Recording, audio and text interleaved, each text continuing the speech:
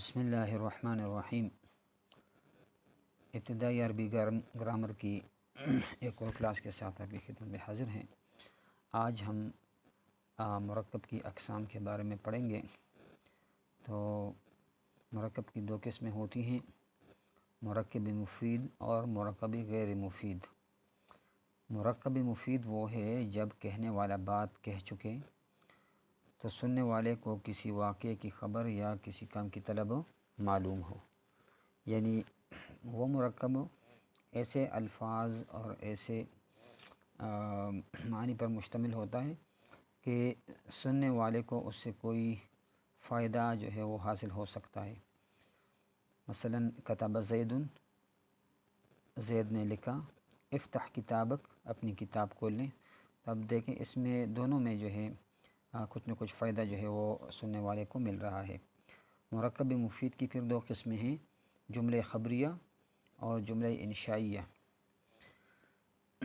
جملے خبریہ وہ ہے جس کے کہنے والے کو سچا یا جھوٹا کہہ سکیں، یعنی جملے خبریہ ایسے الفاظ سے بنا ہوتا ہے کہ اس پر سچ اور جھوٹ میں سے کسی ایک کا اطلاق کیا جا سکتا ہے۔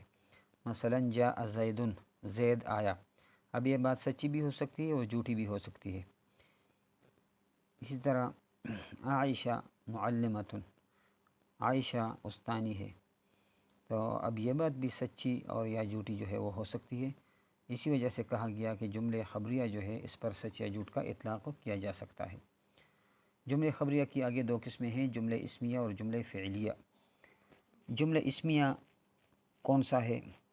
تو جملہ اسمیہ جو ہے یہ مبتدا اور خبر سے بنتا ہے۔ اس جملے کا پہلا حصہ جو ہے وہ اسم ہوتا ہے اور دوسرا حصہ خواہ اسم ہو یا فعل ہو۔ مثلا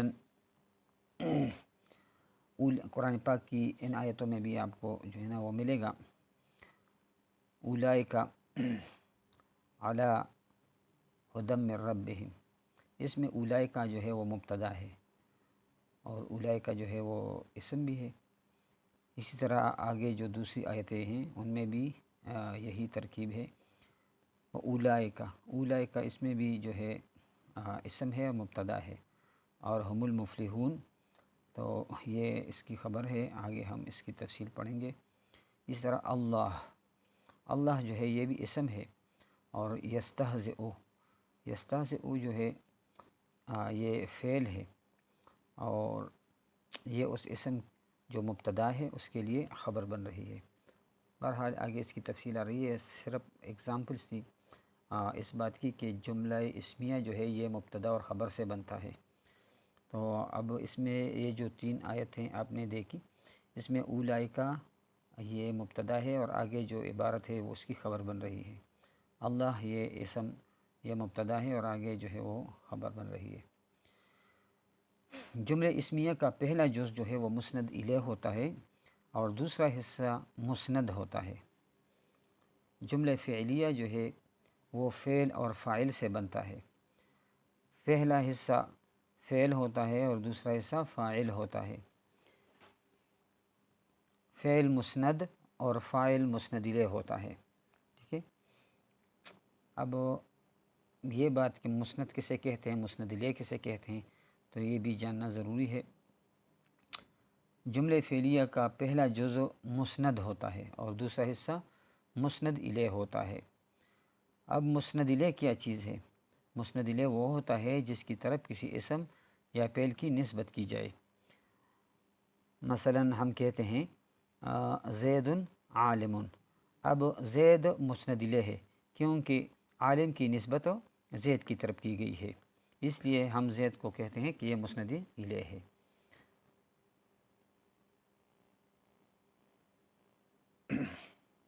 اس طرح ضرب زید، اب اس میں دیکھیں ضرب کی نسبت زید کی طرف کی گئی ہے کہ زید نے مارا، اب مارنے کی نسبت زید کی طرف ہو رہی ہے، تو اس میں زید مسند الیہ ہے اور ضرب مسند ہے۔ تو جب مسند الیہ سے جملہ شروع ہو تو اس کو مبتدا کہتے ہیں، ٹھیک ہے۔ مسند الیہ سے جب جملہ شروع ہو تو اس کو مبتدا کہتے ہیں، اور دوسرے جز کو اس حال میں پھر خبر کہتے ہیں۔ مثلا زید عالم، زید مسند الیہ ہے اور عالم اس کی خبر ہے، یعنی عالم سے ہمیں زید کے بارے میں کسی بات کی انفارمیشن یا خبر مل رہی ہے، اس لیے زید مسند الیہ ہے، زید مبتدا ہے اور عالم اس کی خبر ہے۔ مسند کیا ہے؟ مسند وہ ہے جو کسی اور کی طرف منسوب ہو۔ جب مبتدا کی طرف منسوب ہو تو اس کو خبر کہتے ہیں، اور جب فاعل کی طرف منسوب ہو تو اس کو فعل کہتے ہیں، ٹھیک ہے۔ تو مسند جو ہے یہ اسم بھی ہو سکتا ہے اور فعل بھی ہو سکتا ہے۔ تو جب یہ مبتدا کی طرف منسوب ہو تو یہ خبر ہوتا ہے، اور جب فاعل کی طرف منسوب ہو تو یہ فعل ہوتا ہے۔ مثلا زید عالم، اب عالم جو ہے یہ زید کی طرف منسوب ہے اور زید اسم ہے، مبتدا ہے تو یہ خبر ہے اس کی۔ ضرب زید، ضرب زید میں ضرب فعل ہے اور زید اس کا فاعل ہے، تو اس کی طرف اس کی نسبت ہو رہی ہے، اس مناسبت سے ضرب مسند ہے زید کی طرف۔ اب اسم جو ہے یہ مسند اور مسند الیہ دونوں بن سکتا ہے، یعنی اسم میں یہ خصوصیت ہے کہ یہ مسند بھی واقع ہو سکتا ہے اور مسند الیہ بھی واقع ہو سکتا ہے، جبکہ فعل جو ہے یہ صرف مسند بن سکتا ہے، اس میں مسند الیہ بننے کی صلاحیت نہیں ہے۔ حرف جو ہے یہ نہ مسند الیہ بن سکتا ہے اور نہ مسند بن سکتا ہے، ٹھیک ہے۔